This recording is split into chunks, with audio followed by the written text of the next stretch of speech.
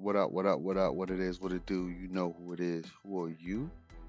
It's us here, back again. 22 twos. I'm off injured reserve. I'm Back back in at the it, game. back at it. You wanna spin? You wanna win? Let maneuvers spin. You wanna win? Put maneuvers in. I'm back, like I never I'm left. back. We here checking in with y'all, talking about sports, hip hop, all that good stuff. All the culture stuff, everything that made news within the community. Here with the fellas, we gonna get into a quick little subject here. Go ahead, Felix, kick us off, smooth. Fellas, first of all, Netflix, fix y'all shit. Sean and I, we were in the same vicinity. Shout out Sugar Cane. We were at Sugar Cane, have some little drinky drinks for my man's birthday. His Earth Strong, you already know. And of course, start seeing a circle on the TV.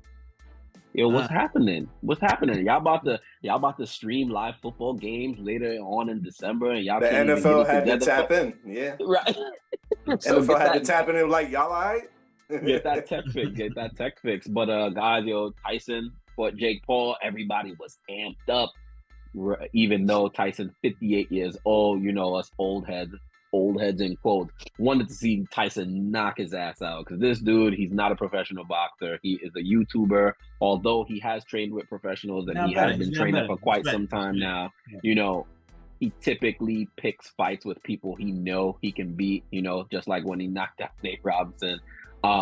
But we all had that nostalgia for Iron Mike Tyson. I know y'all seen the training clips on Instagram.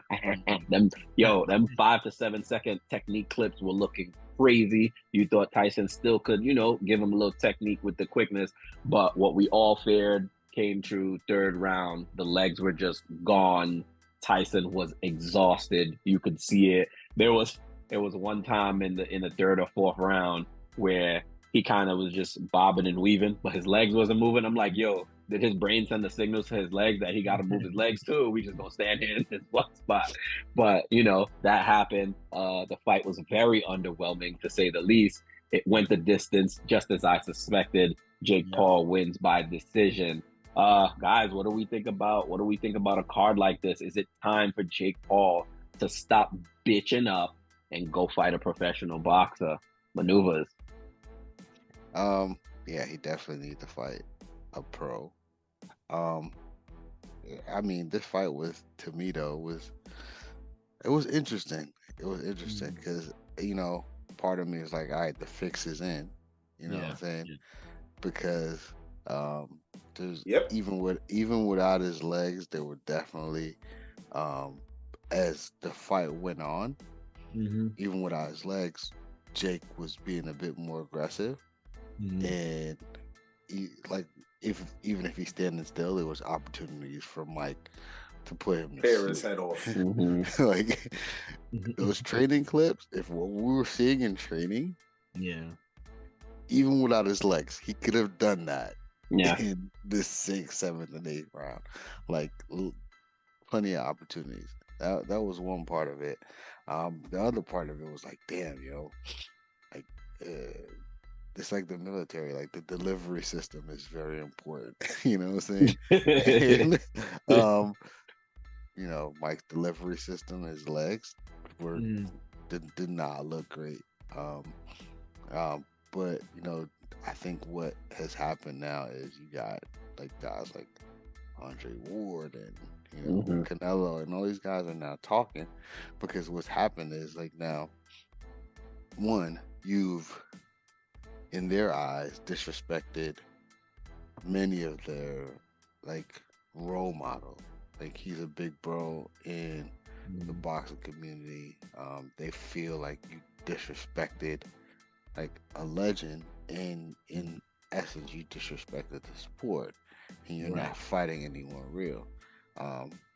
What I think Jake did not account for is the fact that like, all right, you offering these big paydays, bro.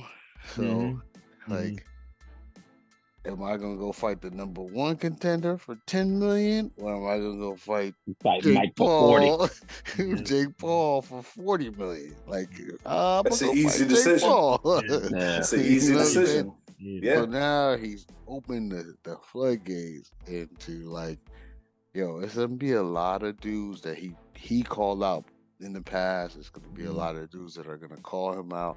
Like his next 2 fights, if he not ducking somebody, gonna be the end of it for him because he's gonna fight. Even if he fight 40-year-old Andre Ward, bro, it's over, bro. It's over. So Daniel Dubois called him out too, maneuvers. A lot of people call him out. You know what I'm saying? Said, "Come fight me." You know, a couple UFC guys call him out, like current, like light heavyweight champion. You know what I'm saying? Call him out. Jake Shields call him out. You know, guys that can really hurt him. You know, so we'll see what happens. For sure, as Maneuvers just alluded to, like Jake Paul is a master marketer. He knows how to get the eyes on the product that he's selling, and we can expect no different because, as I mentioned earlier, he's a YouTuber. Become quote unquote professional boxer. He knows how to sell you on an idea. He knows how to sell you on an image. He can sell you on an event. With that being said, is he just going to continue to do this to get as much money as he can, or can we expect a real fight at any point before he says he's too old to do it? I think that it'll come to a real fight eventually, but I'm going to use an age-old saying, age-old adage that pretty much puts everything into perspective. Don't hate the player, hate the game. Because at the end of the day, Jake Paul is a self-made millionaire. Yep. It went from the Vines, then it went to the YouTube. He's trained himself to be a combat fighter, right? And he's taken the sideshow of fighting older legends and older athletes that feel like they can beat him, right? It's not his position to prove to anybody that he's a viable fighter in the ring. His position is to continue to make dollars and bring views to whatever platform he chooses to exhibit his skill set on in order to be able to make money. Now, with that being said, Mike Tyson showed his ass literally on YouTube, on Netflix, and Mike Tyson and I'll take the focus off of Jake Paul for a little bit and talk about Mike Tyson, because Mike Tyson did mention that he did experience health issues. One thing that kind of led to me, like Maneuvers alluded to, that he may have through the fight is the fact that he started talking about his family, longevity, all of those things post-fight. You know what I'm saying? His embrace with his son before we seen what the cameraman was just wrong for that, bro.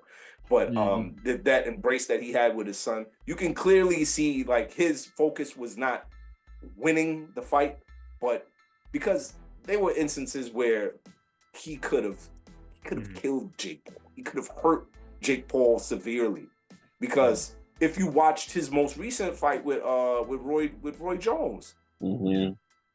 That wasn't that long ago. So in our minds, we were thinking, okay, Mike Tyson looked sharp in that fight, even though it was, what was it, 4 rounds? And, he was bobbing, weaving punches. There was a punch where Roy Jones was talking about on a podcast interview. He was saying like, yo, Mike still got it. Where he slipped a right hand and then hit him with an overhand left. Yeah. And knocked him off balance.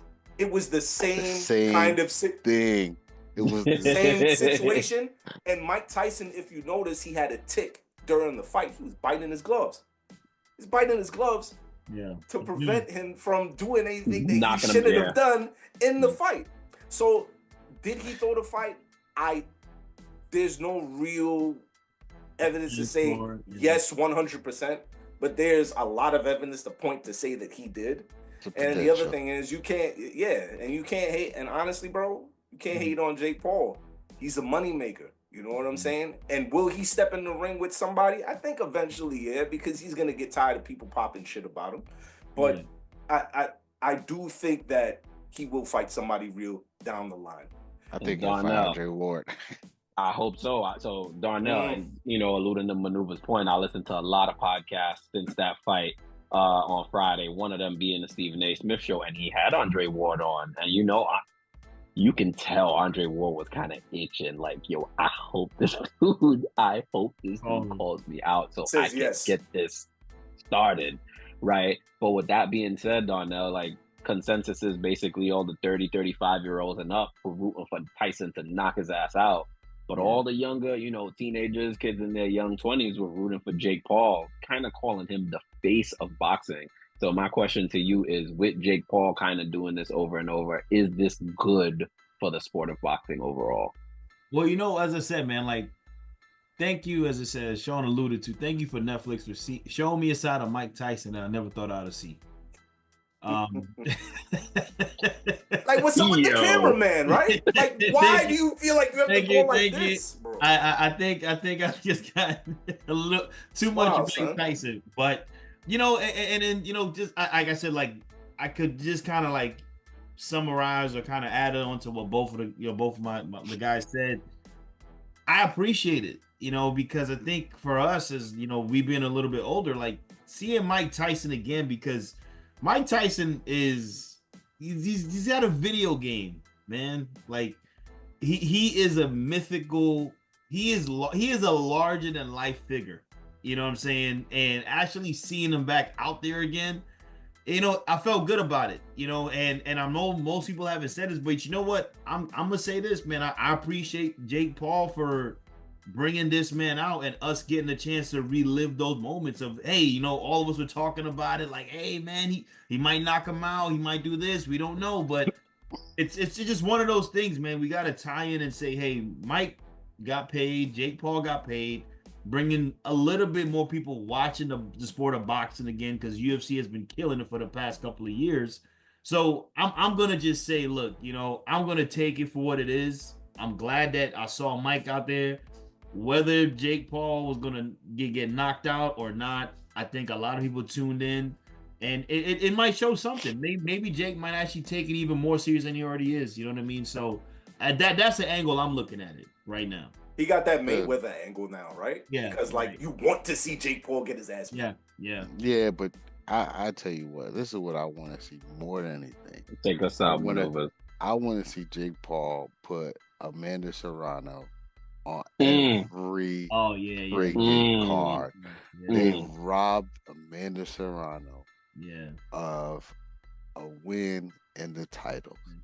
She's a warrior. She landed a way higher percentage too. It's crazy. She is a warrior. She is a warrior. She is gutsy performance.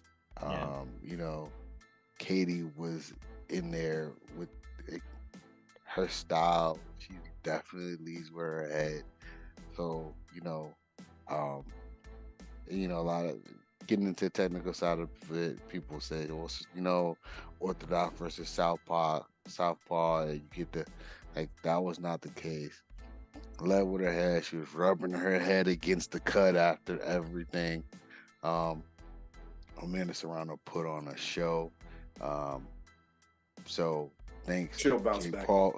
Thanks Jake Paul for putting that show on. But the controversy part of it is like, all right, we talked about possibly the fix being in for the Mike and Jake Paul fight, and now we look at like, you got a question like, what's going on with MVP, most valuable promotions, and the fights that are happening on their card? Because look, Amanda Serrano clearly won that fight.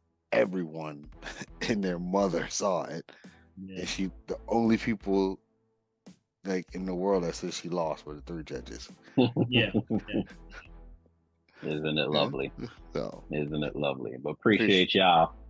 There's been another episode of Vibe Check. We're gonna have more coming to y'all. Of course, do the usual: like, comment, subscribe, hit the bell notification so you know when we post a new content. DM us, comment, the whole vibe.